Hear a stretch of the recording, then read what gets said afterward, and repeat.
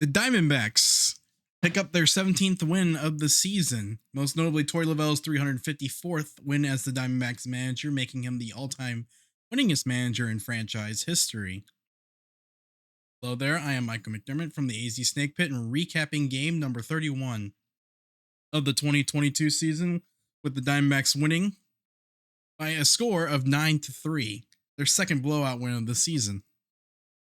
So going into this one, obviously, the stakes is Torey Lovullo, as I mentioned before, is now the all-time winningest manager in Diamondbacks history, surpassing Kirk Gibson's 353 wins from 2010 to 2014. Although if we go by winning percentage, Lovullo is a little bit lower, but then again, he's the only one that has a 110 loss season to the ledger for what it's worth. Anyway, going to the game itself, Madison Bumgarner versus Jesus Luzardo. And the game opened up with both teams exchanging 2-run homers in the first. Jorge Soler out Bumgarner, and then Jordan Luplow evening things up for the Diamondbacks. But whereas Madison Bumgarner settled down after the first inning, delivering 6 in the third innings overall, 5 hits, 1 walk, 5 strikeouts. Settling in and letting the Dbacks take a lead in the third inning, which they finally got to Luzardo. Got a couple base runners, and then with 2 outs, Nick Ahmed kind of delivered a big hit there for the second. Not the second straight. Well, his second straight game. I don't think he started shortstop last night. Ahmed, for the second game in a row, delivers a huge hit with 2 outs. Able to just fend off a slider from Louis' head, and he just dunked the ball in the left field. And it gave the D-backs the lead for good in this one. And of course, Ahmed wasn't the only one to contribute in that inning. Big hits by Perdomo right after him. That made it 4-2.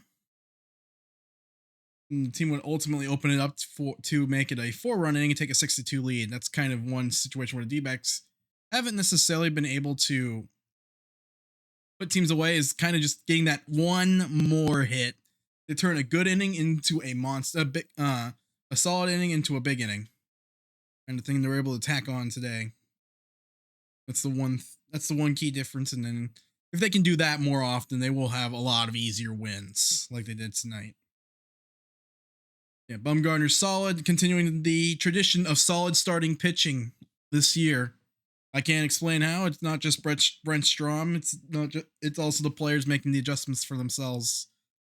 Like I said, having them healthy, Gallen and Kelly taking a step, and Bumgarner each taking a step forward. It's definitely a lot more promising. I mean, heck, Davies has been pretty solid so far for 5 starts, and Castellanos has done a good job of filling in a rotation spot that has been anything but filled in for the last 3 to 4 years. It's been, a solid 5th starter has been a bit problematic.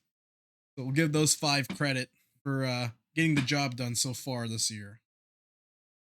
But definitely a lot of hits across the board. I think Christian Walker, obviously, the hits are starting to fall finally for him. I think he's within today's dead ball season. He's probably now an above average hitter. With that OPS north of 700.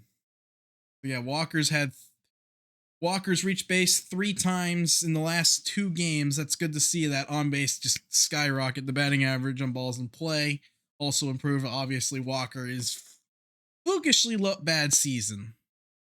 A bad year with the balls in play in a situation where the quality of contact has been downright good. If you look up the StatCast leaderboards, Walker is one of the best hitters in the game at barreling up baseballs. It just hasn't translated to his statistics yet, I suppose. The hits are starting to fall for him. I think that happens, and he's maybe you see some more home runs out of him, where it's like he doesn't need a home run. These home runs aren't the only sorts of hits. And Perdomo is solid. It's like everyone up and down the lineup had a pretty solid day overall. Like everyone contributed. It's always good to see that. So the only 2 players that went hitless in this game were Ketel Marte, 2 walks. Jose Herrera, well, he has to catch. So everyone else in the lineup got a hit. And 2 hits for Perdomo, Thomas, Walker, and Cooper Hummel. Almost another guy who's bad ball luck, maybe not as fortunate as the quality of contact that he's making. Read that Saris article. About 12 hitters are underperforming their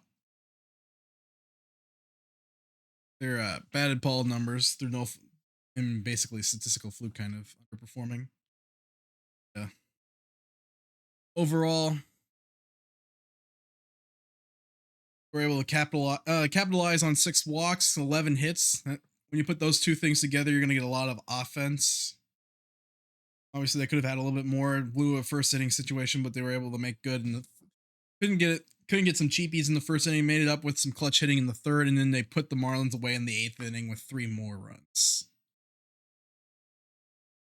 It's definitely been in a lot of close games this year. The Diamondbacks run differential coming in the game was slightly negative. A lot of close games. Definitely nice to see them. When they have a team on the jugular to have the team on the ropes, they put them down and deliver the knockout punch with the offense, not with superb pitching. Not having the pitching to deliver the knockout punch, but the offense to do it, that's definitely something that's been lacking for most of the season. It's good to see.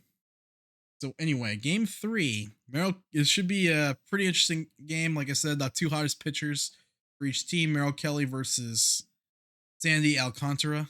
No relation to Sergio, obviously. Both pitchers pitching well. Dbacks on a little bit of a roll. See if they can complete the sweep of the Marlins, and not only the series sweep, but the season sweep of the Marlins. Like I said, last year we went downhill after a sweep to the Marlins, in which a few leads were blown, and then rotation injuries hurt the team last year. Not too long after that series got away. In this case, it seems to be almost a metaphor for a turnaround. They have won 5 games in 5. They've won all 5 games against the Marlins, and the mid-May slump doesn't seem to be in effect. Fingers crossed, of course, because we know we're no strangers to mid-May slumps. Last few years, and that second month being the D-backs undoing for 18, 19, 20, and 21. And a good, all right.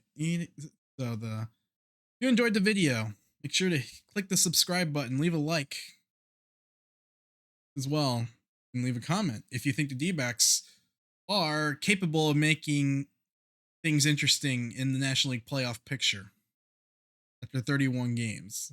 If you're believing, you want to wait for a longer sample.